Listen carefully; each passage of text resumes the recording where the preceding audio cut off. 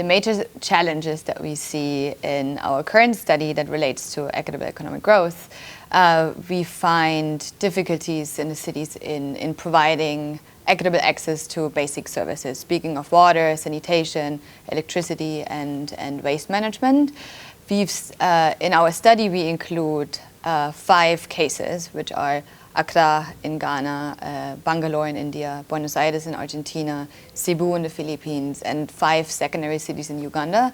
And what's interesting is, although these cities are highly heterogeneous, we find similarities in the challenges of providing access. So in Accra, for example, we found that more than 70% of the population lack access to proper sanitation. In Cebu, about 60% of the population do not have water through the public service. This has huge implications for social, environmental, and also economic concerns, since a lot of time is spent getting access to the service, and also the quality is a lot worse than if it was provided through the public sector. What we also found in terms of challenges is that the city often has not enough information on the demand side of the service, meaning there's not much clarity in how many people have access, what are they paying, and where are the hotspots for the lack of the demand, meaning what are the neighborhoods that are in most urgent need, which are the neighborhoods that are growing the most. So there's a lack of information that's also a major challenge for the cities to really do something about improving the demand. And finally, a major challenge that we see is that through the current pricing strategy, the low-income neighborhoods and also those that are not connected to the formal system, they pay the most, because the informal services are often charged a higher price since they require more cost recovery, and they've basically gone through more hands, which each hand adds more cost to it.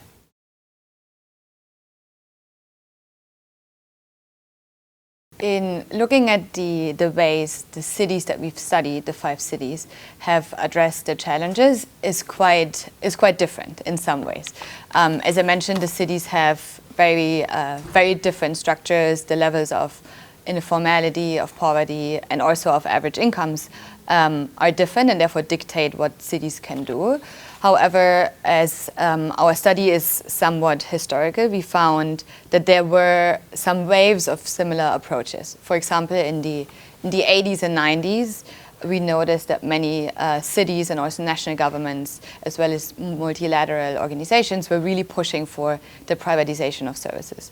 So for instance, in the case of Argentina, which is one of the most drastic cases of privatization, where under the government of Menem, more than 20 services were privatized within just 2 years, which is more than Margaret Thatcher did within 10 years of the UK.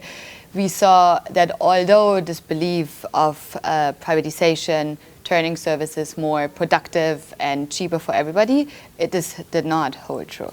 And the reverse actually kicked in, that again, those living in lower income neighborhoods ended up without coverage, and the terrors increasing. However, a more hopeful approach that we saw more recently was in Bangalore in India, where a window of opportunity really opened for the city government to do something different about waste collection. Here we saw that on one side, informal waste pickers were really pushing hard with an advocacy campaign of being heard and respected and formalized in some regards. And on the other hand, private operators who were dumping unprocessed waste in areas where they weren't supposed to. So this really pushed the city government to, instead of trying to provide waste management themselves, of giving identity cards for informal waste pickers, which were then provided with some social security, but also processing facilities. So it is a really new way of thinking, and instead of saying the city government has to provide all the services either through public or private entities, already working on what's existing on the ground, meaning informal workers that are already making the city work in some regards, and including them instead of making up new approaches.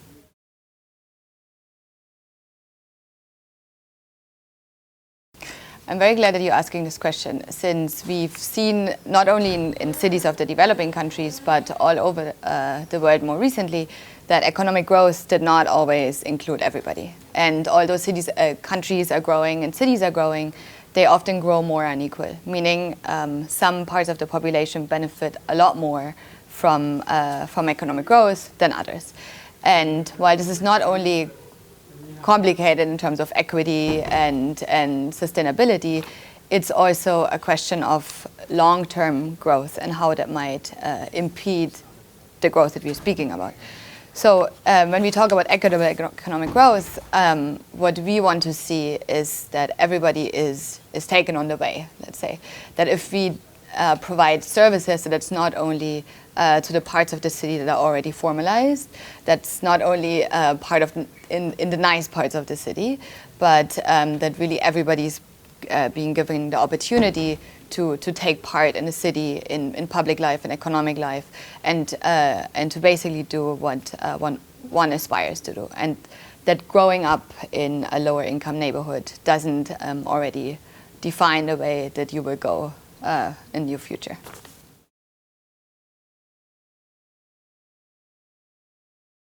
The role of partnerships in addressing inequality matters to us a whole lot, and I'd like to mention two areas where we've seen it the most. One being in the case of Bangalore in India, for instance, where the city government started partnering with local informal waste pickers in making the waste management system of the whole city work a lot better and a more cohesive way. So here, the partnership between informal community and on one side and the government on the other side really did a whole lot in ensuring more equitable access to services. The second part that I would like to mention in terms of partnerships looks at data. So here we see that in many instances, local governments do not have the necessary information and data to inform them about the needs and the demands of different parts of the city and what are the highest growing demand areas. Here, and having data and information on the ground is very costly and very difficult for local governments to collect, especially if these systems are not in place. So what we've seen in the recent years is that one particular organization, the Slum Dwellers International, SDI, has a very strong campaign called Know Your City campaign, where they themselves go into the communities from house to house and collect data and household information. With that information, they then go to the local government and inform them about what their needs are, what the community can pay for, what the willingness to pay is in these areas. And this can really then shape how the government can respond. So here, having stronger partnerships between, again, the local government and these community groups is really crucial in shaping also the knowledge side of the city and responding better to the challenges that we are seeing.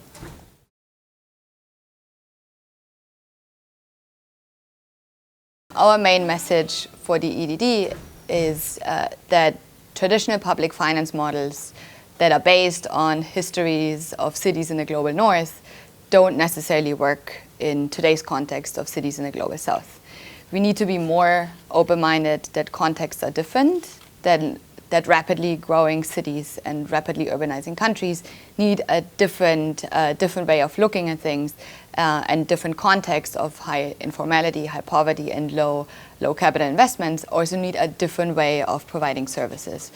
So therefore, what we would really like to push for is that we have to understand local contexts and local demands very carefully before we craft public finance models that don't work for the city and that cost a lot that can never be recovered.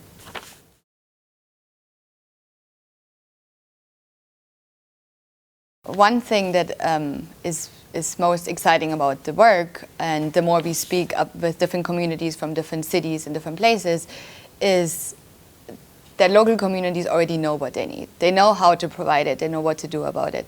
All they really need assistance with, if you want, is to take it to the next step and that some of the barriers that are put in place through colonial regulations or legislations or greed or economic targets should be taken out of the way by development partners or local governments.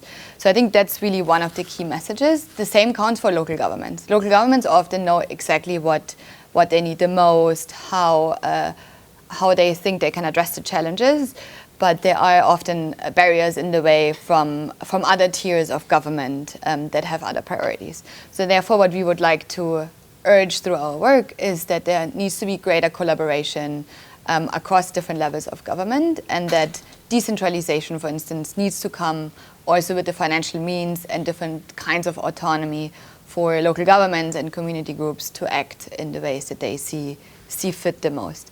And one final thing that I believe is crucial is that the perspective that we often have on informality also needs to change, because informality is often associated with illegal and the black market and so forth. But the community groups and individuals that are actually the biggest chunk of the population, we have in cities of Asia, for instance, more than 75% of people work informally. So there's nothing wrong with working informally. It's just a question of how do we organize them, that they are protected, that they can increase in terms of economic productivity and contribute as much as they would like to the cities that they live in.